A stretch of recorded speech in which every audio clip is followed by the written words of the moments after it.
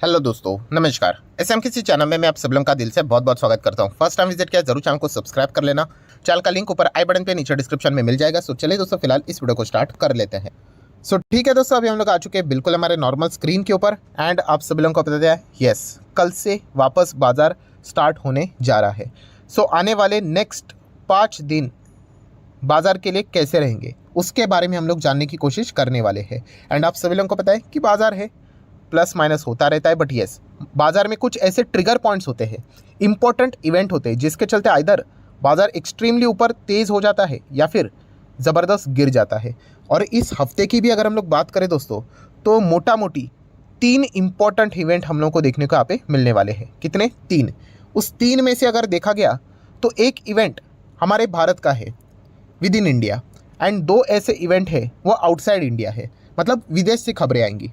सो वो तीनों पॉइंट्स को मैं कवर करने वाला हूँ, बट ऑब्वियसली उसके पहले कुछ फॉर्मेलिटीज़ की जाए। मतलब क्या इस हफ्ते कोई बाज़ार में पब्लिक हॉलीडे के वजह से छुट्टी है? तो आप देख सकते हो कि इसके पहले का जो हफ्ता था, होली के वजह से बाज़ार सिर्फ 4 दिन ही चला। इस हफ्ते की बात करें तो नहीं, पूरे 5 दिन बाज़ार चलने वाला है। बट येस, इस महीने की अगर हम लोग बात करें तो एक और छुट्टी तो आने वाली है 30 मार्च को, रामनवमी टाइम है। सो ये वाला जो हफ्ता है, हम लोग कह सकते हैं 5 आउट ऑफ 5 पूरे दिन बाजार चलने वाला है बिना किसी रुकावट के। सो ठीक है, अभी उस 3 पॉइंट्स के ऊपर जाने से पहले भी आपको पता ही है, क्या हम लोग चेक कर लेते हैं कि बाजार का माहौल क्या कहलाता है। सो दोस्तों, अगेन आप सभी लोगों को पता है कि लॉन्ग टर्म की अगर हम लोग बात करें, लॉन्ग टर्म मतलब क्या, जो बिगिनर्स है उनको ये समझने में थोड़ी दिक्कत होती है कि सर आप कभी बोलते हो मार्केट, इंडियन मार्केट बहुत अच्छा करेगा, एंड कभी बोलते हो बाजार में गिरावट। ये क्या मतलब बात हुई? तो दोस्तों, जो हम लोग अभी की बात करें ना, ये शॉर्ट टर्म की बात हुई, 5 दिन की बात हम लोग कर रहे हैं। बट अगर हम लोग लॉन्ग टर्म की बात करें, इन्वेस्टमेंट लॉन्ग टर्म के लिए की जाती है, 3 साल, 4 साल, 5 साल, 10 साल, उसकी अगर हम लोग बात करें तो उसमें तो बाजार ऊपर ही जाता है। अभी हम लोग यहाँ पे बात करने वाले शॉर्ट टर्म के हिसाब से, तो इसमें ट्रिगर पॉइंट्स बदलते रहते हैं। सो फिलहाल अगर हम लोग बात करें बाजार का माहौल क्या कहलाता है, सो अभी हर किसी को पता है कि बाजार का माहौल, मूड यहाँ पे ख़राब हो चुका है। सो अगर आप लोग 5 दिन का चार्ट पैटर्न देखोगे तो ऐसा लगेगा कि ठीक है, इतना क्या गिरा है। बट अगर आप प्रॉपरली चार्ट पैटर्न को देखोगे तो पिछले जो 2 दिन में, एंड खास करके जो फ्राइडे का दिन हम लोग को देखने को मिला, जो बड़ा गैप डाउन देखने को मिला, 1% की गिरावट देखने को मिली, इस चीज़ के चलते ओवरऑल बाजार का जो माहौल है वो टेम्पररी बेस के हिसाब से हम लोग को बेरिश ही देखने को मिल रहा है। मतलब बाजार की ठुकाई होने के चांसेस ज़्यादा देखने को यहाँ पे मिल रहे हैं। इसके पीछे का रीज़न तो हर किसी को पता है, अमेरिकन बाज़ार। सो अमेरिकन बाज़ार में जो चीज़ें चल रही हैं वो तो हर किसी से कोई छुपी हुई तो नहीं है। सो यही कुछ इंपॉर्टेंट पॉइंट्स अभी हम लोग यहाँ पे देखने की कोशिश करने वाले हैं। सो जैसे मैंने आप लोगों को कहा, टोटल कितने रीज़न से बड़े 3 ट्रिगर पॉइंट्स हम लोग को देखने को मिल जाएंगे, 3 ट्रिगर पॉइंट्स। तो उसमें से पहला पॉइंट तो आप सभी लोगों को पता ही है, SVB फाइनेंशियल, वही अमेरिका की जो बैंक डूब चुकी है। अभी उससे रिलेटेड क्या खबर निकल कर आती है, ये देखना इंटरेस्टिंग फैक्टर रहेगा। अभी कल के दिन भी मैंने आप लोगों के बहुत सारे डाउट क्लियर किए हैं। इसके चलते क्या इंडियन बैंक्स बर्बाद हो जाएंगे? तो बिल्कुल भी नहीं। पर येस, एक सेंटिमेंट नाम की चीज़ होती है शेयर मार्केट में, तो इसके चलते तो डेफिनेटली हम कह सकते हैं कि ये जो SVB है उसके नाम में बैंक लिखा हुआ है, तो डेफिनेटली उसका इम्पैक्ट हम लोगों को निफ्टी बैंक के ऊपर भी थोड़ा बहुत ज़रूर देखने को मिल सकता है, ओवरऑल अगर बाजार में प्रेशर आया तो। बट और देखा गया तो इसके चलते कोई इंडियन बैंक डूबने वाले नहीं है। तो ये जो सेंटीमेंट वाली जो बात है वो आपको थोड़ी बहुत पता यहाँ पे होनी चाहिए। एंड अगर आपको इससे रिलेटेड अगर कोई डेमो चाहिए कि क्या ये चीज़ें वाकई वर्क करती है, तो कोई ज़्यादा दूर जाने की ज़रूरत नहीं है। 2020 की अगर हम लोग एग्जाम्पल की बात करें, कोविड का क्रैश के वक्त आपको याद ही होगा, ऑक्सीजन की रिक्वायरमेंट बहुत ज़्यादा थी। एंड लोगों ने क्या किया, चेक करना स्टार्ट किया कि ऑक्सीजन वाले शेयर कौन से हैं, और एक ये वाला शेयर सामने आ गया, कौन सा, बॉम्बे ऑक्सीजन करके, राइट। तो लोगों ने इसमें जाके पैसा डाला, राइट। आप चेक कर सकते हो, ये देखिए चार्ट पैटर्न देखिए इसका, कहाँ से कहाँ चला गया था। देखिए इसका हाईएस्ट लेवल की अगर हम लोग बात करें 27-28 हज़ार तक चला गया था स्टॉक। क्यों? क्योंकि इसके नाम में ऑक्सीजन था। देखा गया तो ये NBFC है। तो ये मैं क्यों बता रहा हूँ कि मार्केट का एक सेंटीमेंट ऐसा रहता है कि बैंक्स डूबने की बात हो रही है ना अमेरिकन बाजार में, तो दैट्स इट, इसका प्रेशर हम लोग को उनके बैंकिंग सिस्टम के ऊपर तो होते हुए देखने को ही मिल रहा है। सो वही प्रेशर इजीली पास ऑन यहाँ पे हो जाता है। सो ये हम लोग को पॉइंट यहाँ पे पता होना चाहिए। सो बेसिकली देखा गया तो ये एक रीज़न हम लोग को देखने को यहाँ पे मिल रहा है, जो कि पुराना ही है, कि अमेरिकन बाजार में बैंकिंग से रिलेटेड क्या चीज़ें होने वाली है। 13 तारीख मतलब कल के दिन की अगर हम लोग बात करें तो इससे रिलेटेड जो डिपॉजिटर्स है, जो स्टार्टअप वालों का पैसा इसमें अटका हुआ है, उनको डिपॉजिट्स मिलेंगे नहीं मिलेंगे, इससे रिलेटेड आगे की कुछ डेट्स सामने आने वाली है, तो थोड़ा क्लैरिटी मिलने वाला है। तो कल का ये एक इंपॉर्टेंट ट्रिगर पॉइंट तो ज़रूर यहाँ पे रहने वाला है। सो ये चीज़ आप लोगों को पता है यहाँ पे होनी चाहिए। देन अगर देखा गया दोस्तों, तो नेक्स्ट पॉइंट के ऊपर आ जाते कौन सा, इन्फ्लेशन। सो जैसे मैंने आप लोगों को बताया कि 3 टोटल पॉइंट्स है, उसमें से एक पॉइंट स्वदेशी है, मतलब हमारे देश की अगर हम लोग बात करें वहीं से खबर आने वाली है, एंड वो है दोस्तों इन्फ्लेशन का डेटा। अभी कौन से इन्फ्लेशन का डेटा, ऑब्वियसली कौन सा मंथ खत्म हुआ है, फेब मंथ खत्म हुआ है, तो यस फेब मंथ का इन्फ्लेशन का डेटा हम लोग को शायद से कल के ही दिन रिलीज होने वाला है। सो डेटा क्या आएगा ये देखना एक इंटरेस्टिंग फैक्टर रहने वाला है। एंड आप सभी लोगों को पता ही होगा कि लास्ट टाइम का जो डेटा आया था इंडिया का, वो बिल्कुल भी अच्छा नहीं आया था। फोरकास्ट कितना था, 5.90। चलो ये फोरकास्टिंग एग्जैक्टली तो नहीं होता है, ओवरऑल एवरेज फोरकास्टिंग 6.1 था, बट स्टिल आया कितना, 6.5 के ऊपर। सो लास्ट टाइम का जो मूड था इंडियन मार्केट का इन्फ्लेशन का डेटा के चलते, दुनिया की बात तो मुझे पता नहीं, बट पर्सनली मुझे ये डेटा बिल्कुल भी इतना खास नहीं लगा था। क्योंकि हमारा टारगेट क्या है, जैसे आरबीआई ने क्या बोला कि ये जो लास्ट क्वार्टर रहने वाला है, Q4 जिसमें अभी हम लोग चल रहे हैं, जनवरी फरवरी मार्च, उसमें जैन में देखा गया तो 6.52, एंड ओवरऑल जो इन्फ्लेशन है वो 6% के नीचे आएगा। ये टारगेट उन्होंने रखा था 3 महीने का, उसमें से 1 महीना तो चला गया 6.5 के ऊपर। सो डेफिनेटली अभी इस मतलब ये जो बचे हुए 2 मंथ है, उसमें से मार्च का डेटा, मार्च मतलब फेब का डेटा के हिसाब से अगर हम लोग बात करें, वो मार्च में कल रिलीज़ होगा, तो ये देखना अभी इंटरेस्टिंग रहेगा कि कितना आता है। अगर हमें 6% के दायरे में रहना है, तो इसको अगर हम लोग सिंपल एवरेज के हिसाब से भी कैलकुलेट करें, तो ये 5.72% के आसपास होना चाहिए एक्चुअल वाला, जिसके चांसेस तो मुझे बहुत कम लग रहे हैं।